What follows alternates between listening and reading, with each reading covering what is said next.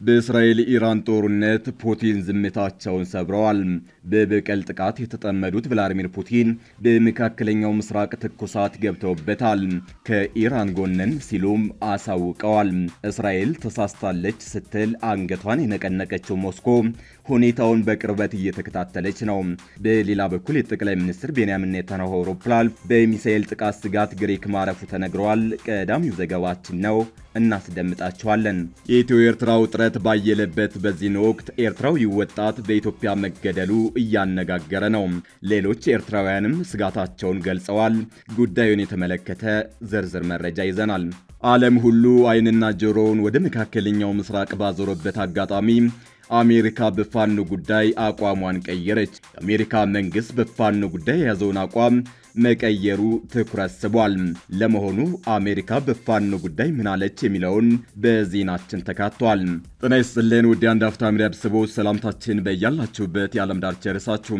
ከአንድ አፍታ ለአሁኑ መደመጥ አለባቸው ያልናቸውን ዜናዎች ወደ እናንተ የምናደርስበት ሰዓት ላይ ተገኝተናል። አብራችሁን ትቆዩ ዘንድ ግብዣችን ነው።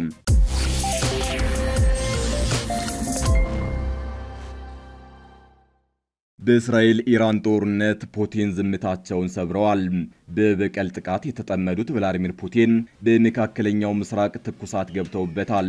ከኢራን ጎነን ሲሉም አሳውቀዋል። እስራኤል ተሳስታለች ስትል አንገቷን የነቀነቀችው ሞስኮ ሁኔታውን በቅርበት እየተከታተለች ነው። በሌላ በኩል የጠቅላይ ሚኒስትር ቤንያሚን ኔታንያሁ አውሮፕላን በሚሳኤል ጥቃት ስጋት ግሪክ ማረፉ ተነግሯል። የሩሲያ ውጭ ጉዳይ ሚኒስቴር መስሪያ ቤት እስራኤል በኢራን ላይ ያደረሰችውን ጥቃት አውግዟል። ሞስኮ ጥቃቱን አስመልክቶ በሰጠችው መግለጫ በኢራን ሉዓላዊነት ላይ የተቃጣ ድርጊት ነው ስትልም ኮንነዋለች። ጥቃቱ ዓለም አቀፉ የአቶሚክ ኃይል ተቆጣጣሪ ተቋም ጉዳዩን እየመረመረ ባለበት ሰዓት የእስራኤል ጥቃት ያልተገባ ነው ብላለች።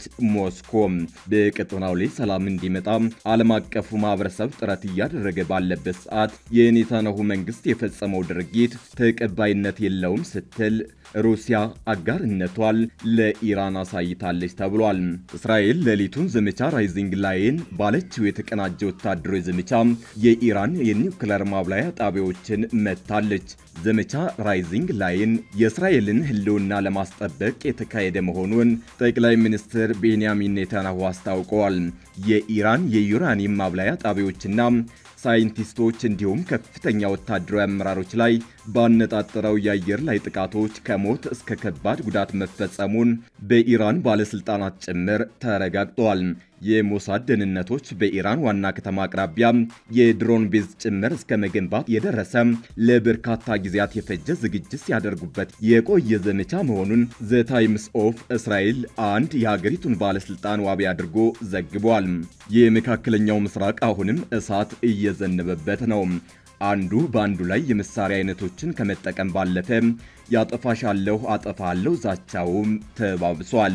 በቀጠናው ሞት፣ አስከፊ ውድመትና የእናቶች ሰቆቃ የዕለት ተዕለት አሳዛኝ ትዕይንት ሆኗል።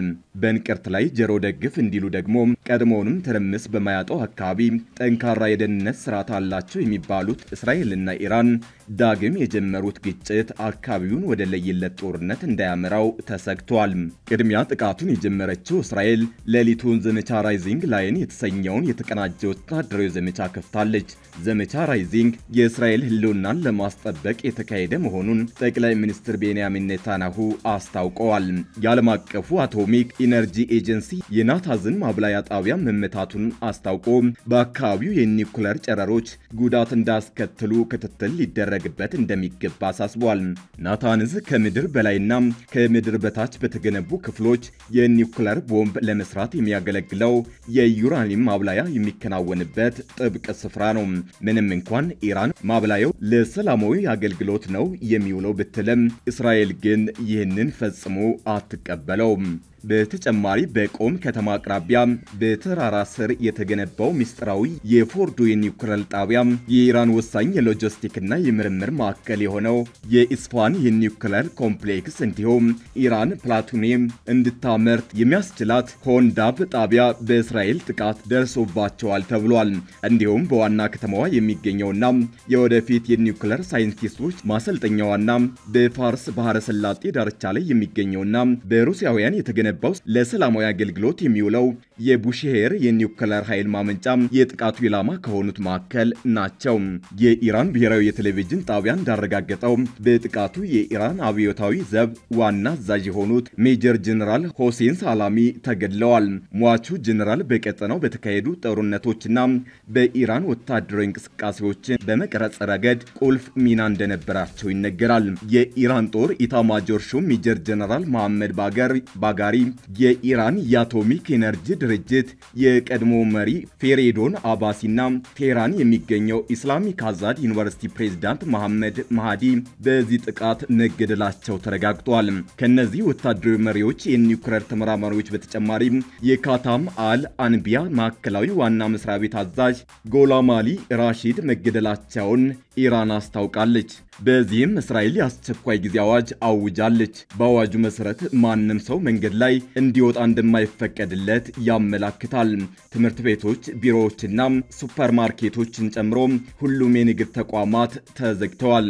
የአየር ክልል በመዘጋቱና ጥቃት እንዳይደርስባቸው በመስጋት የእስራኤል መንገደኛ አውሮፕላኖች ከሀገሪቷ ውጭ በሚገኙ አየር ማረፊያዎች እንዲቆዩ ተደርጓል። ኢራን የላከቻቸውን ድሮኖች ለማስቆም እስራኤል የአየር ጥቃት መከላከያ ስርዓቷን እየተጠቀመች መሆኗን አስታውቃለች።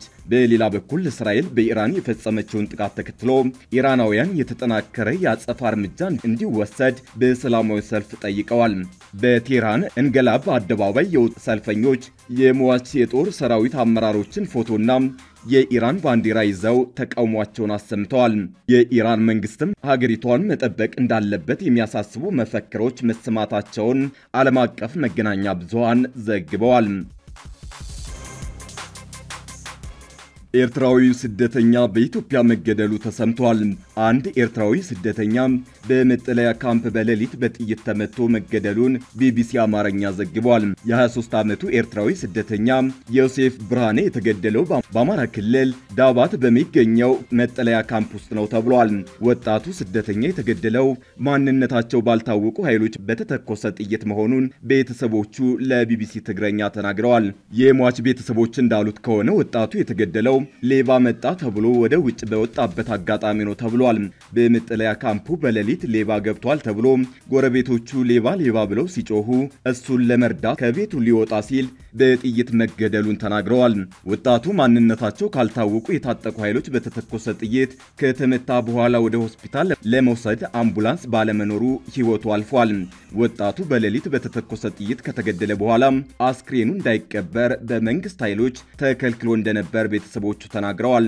የሟች ቤተሰቦች ከረጅም ጊዜ ልመና በኋላ በ6 ሰዎች ብቻ እንዲቀበር ተፈቅዶ በስርዓት እርም ሳያወጡ መቅረታቸው ተገልጿል። ቤተሰቦቹ አለመቅበር ብቻ ሳይሆን የተቀበረበትን ቦታ በትክክል አለማየታቸው ተነግሯል። ወጣቱ ከተገደለ በኋላ በካምፕ ውስጥ ፍርሃት መንገሱን ቢቢሲ ያነጋገራቸው ስደተኞች ጠቁመዋል። በካምፑ የሚኖሩ በርካታ ኤርትራውያን ስደተኞች ለደህንነታቸው ስጋት እንዳለባቸው ገልጸዋል። ከዚህ ቀደም ሌላ ኤርትራዊ ስደተኛ መገደሉን የሚገልጹት የዓይን እማኞች ግድያው መፍትሄ እስካልተገኘለት ድረስ ይቀጥላል ብለዋል። ስደተኞቹ ለቢቢሲ እንደተናገሩት ግድያው በ2 ሳምንት ልዩነት እየተፈጸመ ነው። ጠባቂ የለንም፣ ተጠያቂ ማንም የለም፣ ከፊሎች ቆስለዋል፣ አንዳንዶችም ተገድለዋል ሲሉ እየደረሰባቸው ያለውን ጥቃት በምሬት ተናግረዋል። በካምፑ የተጠለሉ ኤርትራውያን ስደተኞች በትግራይ ክልል ለዓመታት የቆዩ ናቸው። በግጭት ምክንያት ወደ አማራ ክልል ከተዛወሩ በኋላ በተመሳሳይ የግጭት ቀጠና ውስጥ ለመቆየት ተገደዋል። አዲስ አበባን ጨምሮ በኢትዮጵያ በተለያዩ አካባቢዎች የሚኖሩ ኤርትራውያን ስደተኞች ለጥቃትና ወከባ መጋለጣቸውን በተደጋጋሚ ገልጻሉ።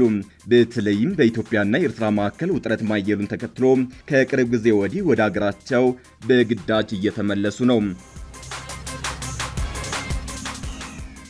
አሜሪካ ከፋኖ ኃይሎች ግብረ መልስ አግኝቻለሁ አለች። አሜሪካ ከሰሞኑ ላቀረበችው የሰላም ጥሪ ከፋኖ ኃይሎች በኩል ለመጀመሪያ ጊዜ በቅድመ ሁኔታ የታጀበ ምላሽ ማግኘቷን አስታውቃለች። አሜሪካ ስለ ፋኖ ኃይሎች የድርድር ቅድመ ሁኔታ ማብራሪያ የሰጠችው በአዲስ አበባ የአሜሪካ ኤምባሲ አምባሳደር ኤርቪን ማሲንጋ አዲስ በሰጡት መግለጫ ነው። አምባሳደሩ በመግለጫቸው ባለፈው ግንቦት ወር ለፋኖ ኃይሎች ለኦሮሞ ነጻነት ሰራዊትና ለጠቅላይ ሚኒስትር አብይ አህመድ አስተዳደር ላቀረቡት የሰላም ጥሪ የተሰጣቸውን ምላሽ ይፋ አድርገዋል። አምባሳደሩ በሀገራቸው በአሜሪካ ስም ላቀረቡት የሰላም ጥሪ ከኦሮሞ ነጻነት ሰራዊትና ከፋኖ ኃይሎች አዎንታዊ ምላሽ ማግኘታቸውን አስታውቀዋል። ይሁን እንጂ ሁለቱ የታጠቁ ኃይሎች ከመንግስት ጋር ድርድር ለመቀመጥ ያስቀመጡት ቅድመ ሁኔታ ሰፊ መሆኑን አምባሳደሩ ጠቁመዋል። አምባሳደሩ የታጠቁ ኃይሎች ለድርድር ዝርዝር ቅድመ ሁኔታዎችን ማቅረባቸውን ከመግለጻቸው ውጭ በይዘቶቹ ላይ ያሉት ነገር የለም። አሜሪካ ከታጠቁ ኃይሎች አገኘሁት ያለችውን በዝርዝር ቅድመ ሁኔታ ላይ የተመሰረተውን ምላሽ ተከትሎ ለንግግር ምቹ ሁኔታዎችን ለመፍጠር ጥረቷን እንደምትቀጥል አምባሳደሩ ጠቁመዋል። ይሁን እንጂ የሰላም ጥሪ ከቀረበላቸው የግጭት ተዋናዮች መካከል አንዱ የሆነው የፌዴራል መንግስት የሰጠው ምላሽ ስለመኖሩ አልተገለጸም። የታጠቁ ኃይሎች በይፋ ምላሽ ቢሰጡም የፌዴራል መንግስት የአሜሪካን ጥሪ በግልጽ የሰጠው ምላሽ የለም። ወዲህ ደግሞ አምባሳደሩ በሰላም ጥሪ መልእክታቸው ላይ ስለ መንግስት ድሮን ጥቃት የያዙትን አቋም አስተባብለዋል። አምባሳደሩ የኢትዮጵያ ፌዴራል መንግስት በዜጎቹ ላይ የሚፈጽመውን የድሮን ጥቃት በአስቸኳይ እንዲያቆም በመጠየቅ ግንቦት 15 ቀን በስማቸው የወጣውን መልእክት በአስተዳደራቸው ስህተት የተላለፈ መሆኑን ተናግረዋል። አምባሳደሩ ሳያዩትና ሳያጸድቁት የወጣ የመጀመሪያ ረቂቅ መልእክት መሆኑን በመጥቀስ አስተባብለዋል። ይሁን እንጂ መልእክቱ የተሻሻለው ከተሰራጨ ከሰዓታት በኋላ መሆኑ በብዙዎች ዘንድ ጥያቄ አስነስቷል። ምንም እንኳን አምባሳደሩ መንግስት በራሱ ዜጎች ላይ የድሮን ጥቃት እንደሚፈጽም ያስተላለፉትን መልእክት ቢያስተባብሉ በርካታ ሰላማዊ ዜጎች በድሮን ጥቃት መገደላቸውን የሰብአዊ መብት ተቋማት ሪፖርት ያመላክታል።